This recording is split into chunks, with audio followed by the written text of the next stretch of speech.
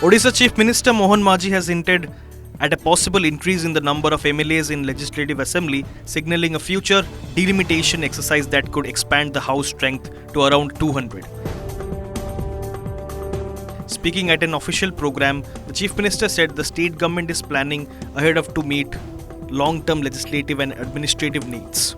He pointed out that a new modern assembly building is to be developed with seating capacity for nearly 300 members, keeping in view potential growth over the coming decades. The ambitious project includes a new Lok Seva Bhavan and a new assembly complex designed on the lines of the Central Vista model at an estimated cost of over rupees 3,600 crore. The complex will be built on more than 71 acres of land and will feature modern facilities including underground parking. The foundation stone for the project was laid during the National Road Safety Program at Lok Seva Bhavan. The Chief Minister said future-focused planning is essential to strengthen Odisha's governance framework, sparking debate on a possible rise in assembly seats in the years ahead.